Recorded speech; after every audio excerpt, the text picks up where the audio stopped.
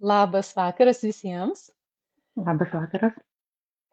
Šiandien mes kažkaip skubotai šiandien su Birute, bet sėkmingai Bėgom įsijungė. biškį tokių.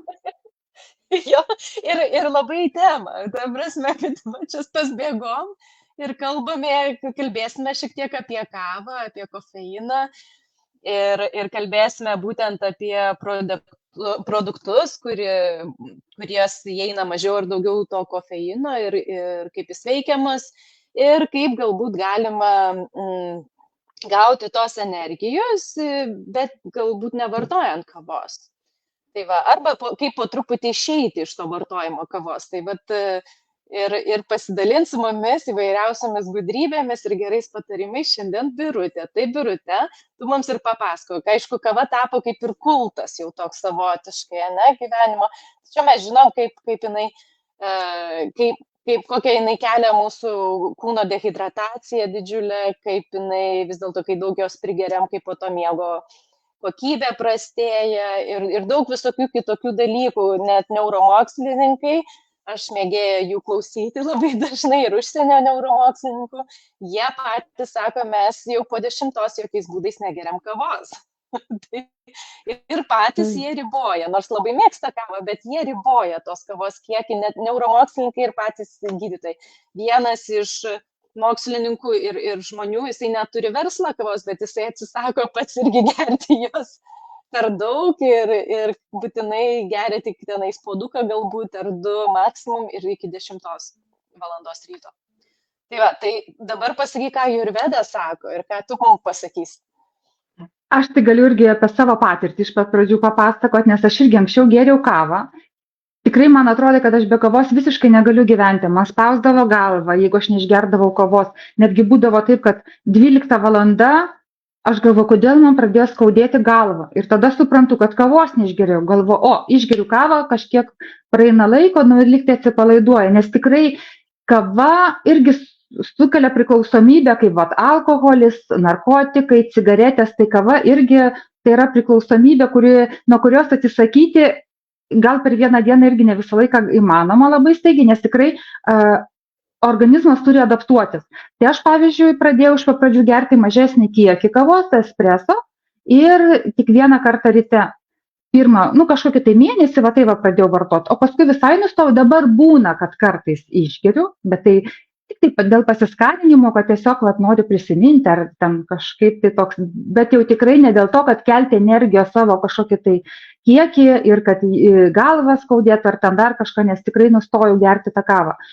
Tai jeigu taip kalbėti, ir kava, pavyzdžiui, irgi, kaip tu ką tik kalbėjai apie neuromokslininkus, tai iš tikrųjų kava gali veikti skirtingiams žmonėms skirtingą laiką, tai gali veikti netgi iki 8 valandų tas kavos puodelis. Tai jūs įsivaizduokite, jeigu mes jau po pietų išgeriam, tai reiškia, jau vakare iš tikrųjų galim daug sudėtingiau užmigti. Ir jos poveikis yra, kad jisai staigiai pakelia ir labai greitai paskui krenta tas energijos kiekis. Tai dėl to kartais, kai kuriem nuo kavos netgi toksai kaip, prasideda koks tremoras, toksai, pradeda toks drebulys imti. Tai Birute, aš netgi įsiterpsiu, realiai aš gyvenau Norvegijoje ilgą laiką ir vis dar pusiau taip ir tarp jos, ir ten yra kavos kultas, tiesiog tikrai tą žodžio prasme, kad aš juokauju, kartais Birutei pati pasakau, sakau, pas juos ne kraujas teka, o kava. Tačiau esu mačius savo buvusi bosą tuo metu, kaip jisai nuo tos kavos turėjo išeiti namo, nes nebegalėjo dirbti, nes tiek prisigėrė tos kavos, o jinai ten yra stipri, kad jisai drebėt pradėjo priešais mane ir jis nebegalėjo. Mes jau išsigandome. Ir dar paminėsiu, bet įsiterpsiu šiek tiek, kaip tu minėjai, 8 valandos. Dažnai, aš irgi tikrai prisipažįstu, man kava patinka, ypač Italijoje, tai jau, kaip čia be kavos, ne, bet iš tikrųjų yra toks dalykas, kad kiti sako, manęs kava neveikia. Neveikia, bet jie pamiršta, sako, aš vis tiek užmiegu naktį. Tai gal ir užmiegam naktį, bet kokia bus kokybė to miego. Bet čia tą dalyką mokslininkai ir aiškindavo ir pabrėždavo, kad gal tu ir užmigsi, bet po to, kaip tu miegosi, tai vis dėlto bus pojūtis ir bus poveikis. Taip, ir tu dar gerai labai paminėjai, tą kavos pojūtį lyg tai nejaučia. Tai aš kaip būtent su Arveda pradėjau, kaip sakant, studijuoti, nustojau tos kavos gerti ir iš vis, kai pas mane atsirado ta tokia ramybė vidinė, tai aš, kai išgerdavau kavos, aš iškart pajausdavau, kaip jinai pakelia ir toks drebulys prasideda kūne. Iš karto, būtent nustojus. Anksčiau, kai aš vartojau kavą, tai man atrodydavo viskas tvarkoj, nes matyt visur lakstai ten kažką darai, net nejauti kažką. Bet kada tu esi iš tikrųjų tam balanse kažkokiam vidiniam, kada tau viskas yra, tai antiek pradedi jausti būtent bet kokio, sakysim, produkto, kuris turi kofeiną, nes aš, pavyzdžiui, dabar irgi geriau, ir papasakosiu apie kitus produktus, kurie turi kofeino, tai irgi, jeigu aš išgeriu jo daugiau, aš iškart pradedu jausti jo poveikį. Ir kai tik tai esi susibalansavęs, kai iš tikrųjų viskas yra tvarkoj, tai tikrai labai labai veikia, nes prasideda toks tikrai drebulys. Tai kalbam toliau apie tą kofeiną. Tai kiekgi, pavyzdžiui, imsim taip, kad kavos puodelis apie 240 ml vandens. Na, aš tiesiog tokį vidutinį paėmiau tokį, nes kitur kiekį. Ir kiek būtent to kofeino yra. Tai pavyzdžiui, žalioji arbata, pirmą pradedam nuo kavos, taip? Tai kavoj vidutiniškai yra nuo 95 iki 200 mg kofeino būtent tam puodelyje, ne? Jeigu imti žalią arbatą, tai žaliojoje arbatoje yra nuo 25 iki 45 mg. Juodoji arbata jau truputį daugiau yra, tai nuo 40 iki 70. Puer dar truputį daugiau, nuo 30 iki 100 gali būti, nes dar nuo rūšių priklauso. Mačioj vidutiniškai apie 70%, 70 mg būtent kofeino. Jerba mate nuo 30 iki 85%. Guarana irgi kaip turinti kofeino, bet jinai turi dar daugiau kofeino negu kava. Tai jau jos iš vis siūlyčiau mažiau vartoti arba tikrai kažkoks, egzaminas, kažkaip reikia ruoštis, neužmigti, ten dar kažką. Tai guaraną ypatingai labai atsargiai reikia vartoti. Šokolade irgi yra kofeino, tai irgi labai priklauso nuo to, ant kiek daug būtent kakavos to kiekio yra. Kuo daugiau kakavos kiekio, tai reiškia, tuo daugiau kofeino yra. Bet vidutiniškai nuo 20 iki 60 mg būtent kofeino. Kombučia turi mažiausiai kofeino, dėl to, kad tai yra jau fermentacija, juodos, žalios arbatos, tai joje yra nuo 10 iki 25. Tai netgi siūlyčiau kombučią gerti vieną tokią iš mažiausiai turinčią kofeino. Jeigu negalim visiškai be kofeino, joje ir daugiau, ten yra ir probiotikų ir viso kito, tai jinai daugiau viso kažkokios naudos turi. Bet nes vis tiek visi šitie produktai, kuriuos aš paminėjau, jie turi, aišku, kitokių naudingų savybių. Ten yra antioksidantai ir ten, pavyzdžiui, energija ne tik tai, kad kelia, bet ir visai kitaip švelniau veikia. Pavyzdžiui, kaip herba mate, aš tikrai jos esu mėgėja, nes tai yra visiškai kitas augalas, tai yra Pietų Amerikos augalas, kuris toks kaip daugiau kaip krūmas daugiau, vaiskrūmis tai yra. Tai visai kitaip jisai ir ją jau ne tik su lapais, bet su šakelėm, su viskuo kartu ir ją geriama yra, kaip čia, ne taip paprastai per puodelį, įmama dažniausiai būtent tas puodelis, kuris vadinasi kalabasas ir tada per tą specialų šiaudelį bambilyje per ją yra geriama. Tai aš tikrai, tai čia netgi toks kaip ritualas yra, sakysime, ne? Ir tikrai jo mažiau yra, bet jos irgi nereikia persigerti, nes aš sakau irgi, ir su ja lygiai taip pat, tik tai jos poveikis būtent to kofeino, jis nėra taip, kad užkeltų ir paskui, sakysim, staigiai kristų. Jis yra lygesnis, vienodesnis ir nėra to tokio šokinėjančio. Ir aišku, herba mate, tai yra ten oksidantų, vitamino C, B grupės vitaminų, magnio, kalio. Tai ir tas teombrominas, aš net užsirašiau tą pavadinimą konkrečiai, kuris švelniai veikia būtent, kad turi tą tokį ilgesnį poveikį. Nes kava, tai aš sakau, dėl to savo šokinėjančio poveikio ypatingai yra, tiesiog su ją reikia mažiau, atsargiau gerti. Bet pavyzdžiui, kai kurie nori visiškai atsisakyti, kai kurie, aišku, yra kurie kofeino, visai nenaudoti.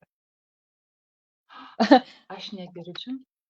Sakau, ką daryti, jeigu norime visiškai atsisakyti, sakykime, kofeino. Nes man yra buvę tikrai labai sunku ir atsisakiau ir atsimenu porą dienų ir galvą skaudėjo ir visa buvau pavargus, bet kai jau atsisakiau, tai atsisakiau, kartais galiu dabar išgerti ir tikrai nėra problemos, tačiau to pastovaus naudojimo, vartojimo neturiu, bet kartais būna dienų, Birute, kai mums vis tiek reikia kažkokio natūralaus būdo, kaip save truputėlį pakilėti, ypač gyvenant Lietuvoje, kai lyja, kai kartais tamsu, taip ar pavargstame. Ką vartoti? Tai yra tokie kaip adaptogenai, natūralūs, kurie prisitaiko ir priklausomai nuo to, ko jums reikia. Tai pavyzdžiui, tai yra mėtos, tai jinai vakare raminantį turi poveikį, bet ryte jinai turi energijos daugiau. Tai net ir eterinis aliejus irgi tinka, pati mėtų arbata tinka, nes būtent jinai yra adaptogenas, kurie ir gerina ir koncentraciją, ir viską. Tai vienu žodžiu, tikrai visą dieną ją galim gerti ir jinai mūsų irgi tokia kaip balansuojanti daugiau yra, dėl to, kad jinai turi, sakau, tas adaptogenas. Kinrožė irgi yra labai gerai, kuri irgi toks natūralus, kuris irgi duotų energijos, bet jinai iš esmės dar mažina kraujospūdį. Tai jeigu, aišku, žemas kraujospūdis, tai tada tikrai nelabai siūlau jos gerti, bet jeigu aukštas, tai ypatingai labai gerai tada ją gerti yra.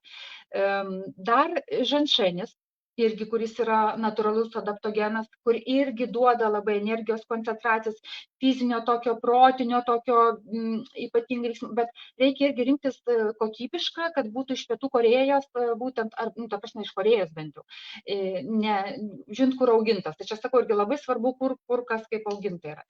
Dar yra irgi adaptogenas radiola, tai vadinama dar auksinė šaknimi. Tai irgi gerina koncentraciją, duoda irgi energijos, atsparumą būtent organizmui irgi didina.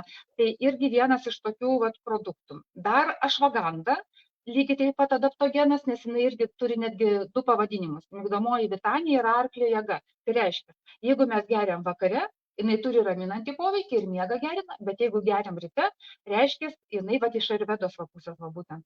Tai jinai tada duos jėgos. Ir netgi sportininkai, kurie sportuoja, jie būtent labai dažnai vartoja ašvagandą tam, kad jie turėtų tos jėgos. Tai ašvaganda tikrai irgi labai būtent tas vienas iš galima vartoti.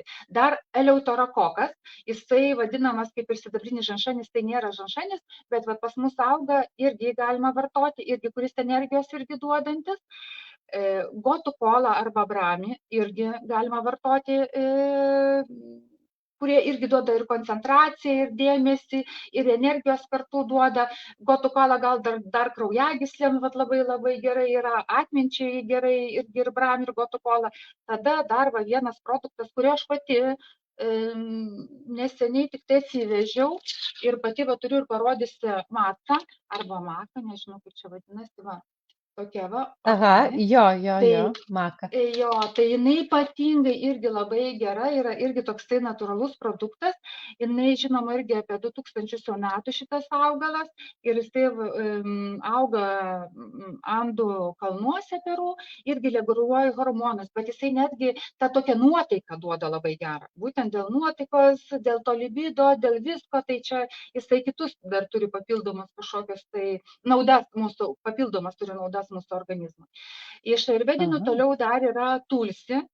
Tai tulsi iš vis yra irgi tokia kaip vaistažolė, kuri tiesiog organizmui labai gerai. Ir antibakterinė, ir odai, ir adaptogenas, ir arbata, ir gerina, irgi ir imuninę tą sistemą stiprina. Tai irgi galima tulsi, pavyzdžiui, gerti kartu su gotų kola arba su brami. Irgi labai gerai. Net aš pati esu gerus ir turėjau tokią arbatą. Oi, pasuk truputėlį. Aha. Taip, tulsi. O tulsi aš geriau ir kai kosulys pas mane buvo, ar... Taip, tai kvėpavimo, nes iš esmės, kada pas mus yra su plaučiais ne viskas tvarkoje, tai pas mus irgi tos energijos mažai.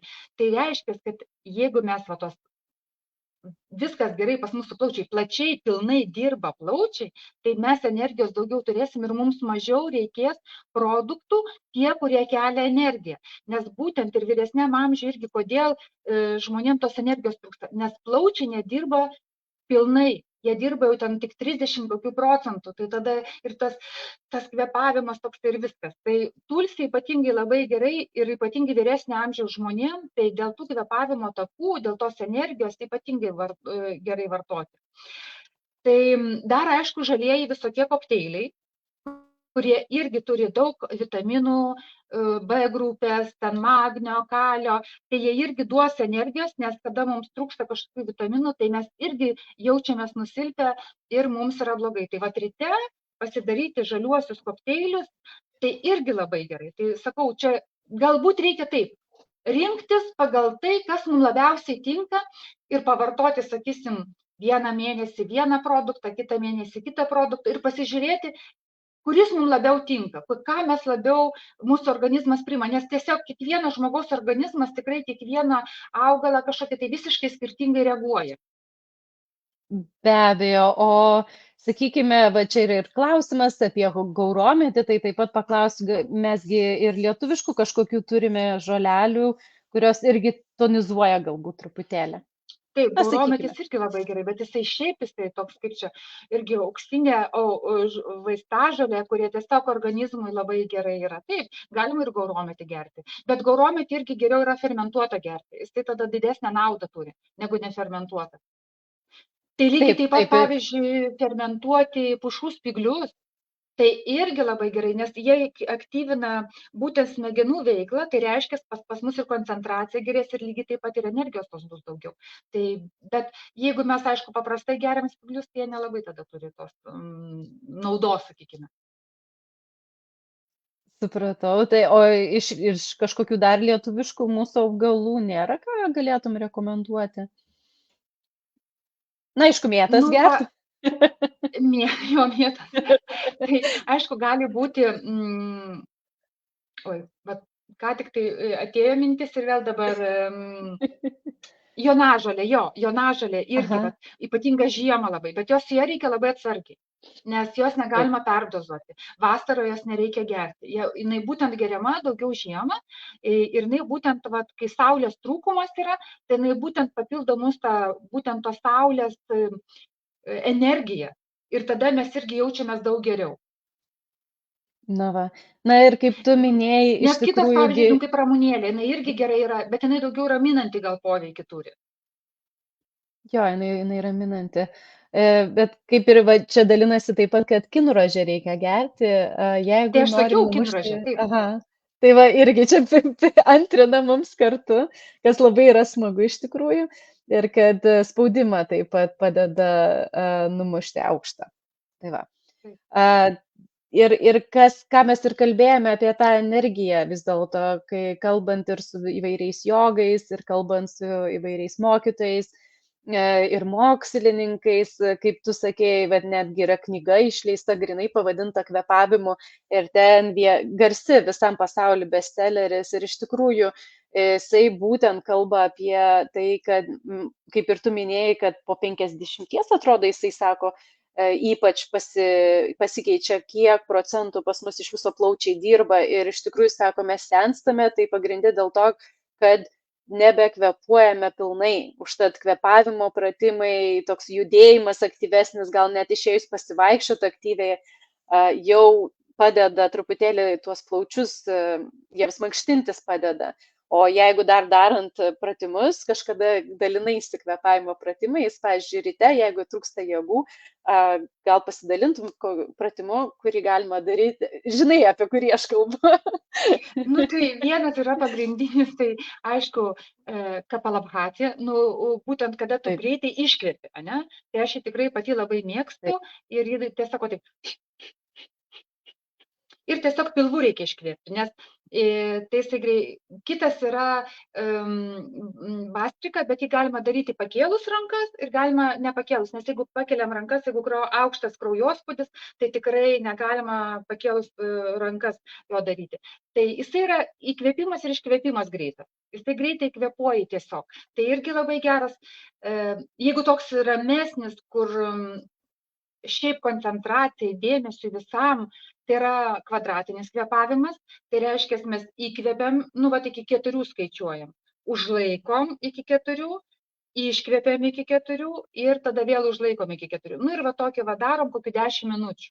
Tai irgi jisai va toks koncentracijai irgi labai geras. Jį pavyzdžiui net naudoja Amerikos būtent karinėse pajėgose, kur būtent į kažkokias labai koncentruotas vietas, kur turi būti labai didelė koncentracija, kad jie labai mokėtų susikoncentruoti, greitai viską įvykdyti. Tai va būtent, nesakau, net ir moksliškai, ir kariškiam netgi, va būtent jie daro spec padaliniuose, taip, spec padaliniuose, kur labai streso daug jie patiria, tai iš tikrųjų ne vieni taiko tam tikrus va, ir jogos pratimus, būtent spec padaliniuose ir kvėpavimo pratimus, nes tai realiai tiesiog sutvarko mūsų organizmą ir jį nuramina.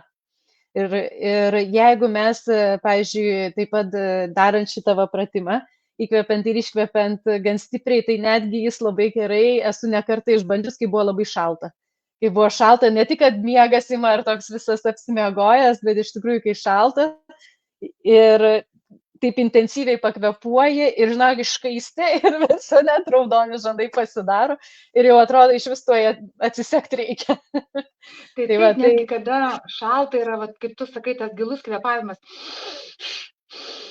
toks įkvėpimas, iškvėpimas, jisai net nekeliant rankų, jisai jau iš karto duoda šilumos. Nes aš pati, vat, kai irgi buvau Indijoje ir mes miegojom, kur buvo labai šalta, ten apie 0 temperatūra, stogas vos neatviras ir visa kita, ten buvom prisirengę, užsidengę kaldrom ir vis tiek buvo šalta, tai aš irgi tiesiog ėmiau, va, tai va, ir kvėpiavau labai stipriai ir pradėjau jausti, kaip organizmas šyla, atsipalaiduoja ir tada užmigau ir tada išsimiegojau, nes beveik niekas negalėjo normaliai miegoti, nes buvo tiek šalta. Tai iš tikrųjų, va, tas kvėpavimas, tie kvėpavimai iš tikrųjų ir sušildo, ir pakelia energiją, ir galų gale jie net atpalaiduoja smegenis. Mums, jeigu reikia kažkur eiti, mes stresuojame, tai tada atpalaiduoja, jeigu mums reikia energijos, jie pakelia energiją, bet nesukelia streso. Tai tiesiog organizmui visapusiška nauda yra nuo kvėpavimo pratimų.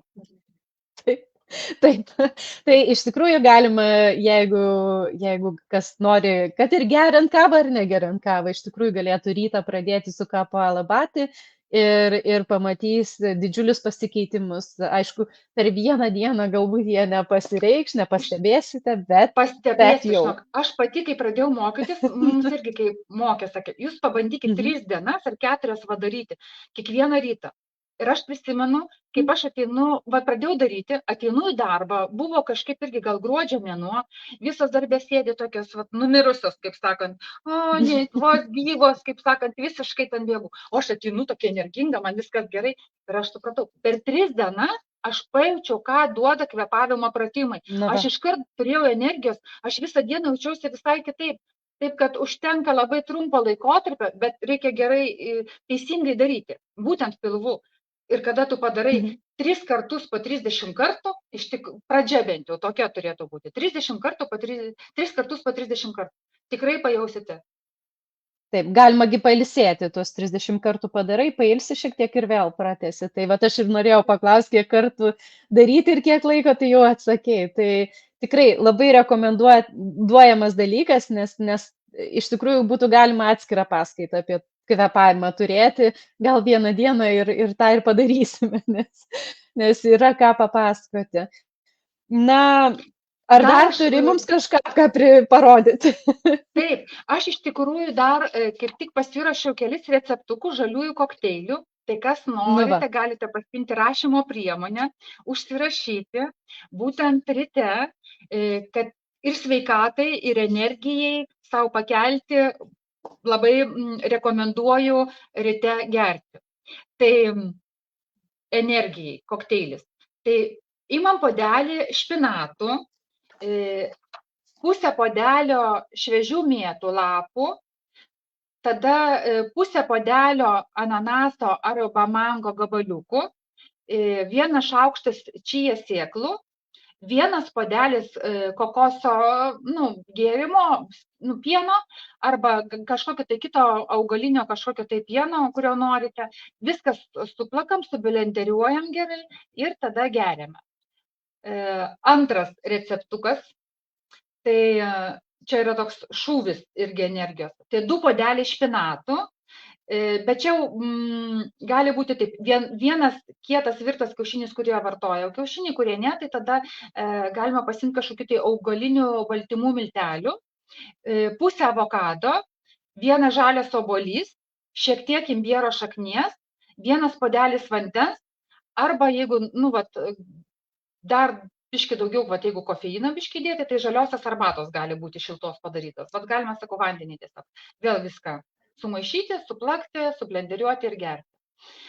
Antras, tai vienas puodelis špinatų, ne špinatai, tai išvis čia irgi vienas iš geriausių produktų, kur būtent dėl energijos, ir vitaminų labai daug turi. Vienas žalias obuolys, pusė citrinos išspaustų sulčių, vienas šaukštelis linų sėmenų, tada pusę puodelio šviežių arba šaldytų uogų, gali būti mėlynės, avietės arba kažkokios tai kitos uogos, irgi vėl puodelis vandens arba migdolo arba kažkokio tai kito augalinio pieno vėl įsipilti. Dar kitas gali būti pusę avokado, 2 puodeliai špinato lapų, vienas bananas, vienas šaukštas žemės riešutų arba kažkokių kitokių riešutų arba sviesto riešutų, gali būti graikiniai riešutai, kurie irgi labai gerai va smegenim. Tada vienas puodelis vandens arba ten augalinio pieno ir truputį ledo, jeigu norisi, galima įdėti. Bet čia taip, jeigu norisi. Tai va, keli receptai, kurie irgi būtent energijai. Na va, ir iš tikrųjų, beje, žemės riešutai, tai nemažai žinau, tie, kas daro daug jogos ir daug neturi laiko ten valgyti, gamintis ir panašiai, tai dažnai išsimirko žemės riešutus iš vakaro ir po to jau ryte juos valgo, ar ten su medumi, ar įvairiai galima pasidaryti, ar su bananais. Aš iš to laiko juos mirkau. Ir jų skonis visai kitoks. Man ant tiek jie patinka išmirkyti, man taip skanu, kada jie išmirksta. Aš tiesiog, kaip saldainiai man yra. Nes, pavyzdžiui, kaip dėl tų saldumynų, tai iš tikrųjų, kad nevartoti tų saldumynų, tai tie riešutai, sėklos, džiovinto vaisiai, kažkokie juos visus reikėtų mirkyti, kurie tikrai irgi labai didžiulę naudą mums turi organizmui. Tai pavyzdžiui, migdolų riešutai, tai smegenų veiklai aktyvinti, ypatingai vyresniam amžiui labai gerai vartoti, bet būtinai lovelę reikia nulupti. Tai su lovele negalima vartoti bent jau migdolų riešutų. Būtinai, nes mes kalbėjome su Birute apie tai, kad dar norėjome papasakoti galbūt kitai paskaitai apie kuo pakeisti tos saldumynus, į sveikesnius šiek tiek variantus surasti. Taip pat yra vienas jogas, mes kai mokinomės, atsimenu, sanskritai, iš universiteto tas mokytojas. Ir labai nustebino, jis mus pasakė, jeigu jūs kavą kersit, tai tokiu atveju, sako, gal bent jau įsidėkite medaus. Aha, dabar pakartosiu, tada sakau, vienas iš jogų labai, jisai mus taip šiaip barė, sako, gal negerkit kavos, bet sako, jeigu jūs jau gersite tą kavą, tai sako, bent jau įsidėkite truputėlį medaus ir šiek tiek cinamono. Tai tokiu atveju, kaip tik netgi bus... Jisai nuima tą blogą kavos poveikį, tu teisi. Tai va, aš taip jis ir mum ir nepaaiškino, jo, kodėl, bet dabar tu paaiškinai. Jeigu tu sakai geriau, bet kartu pradedam.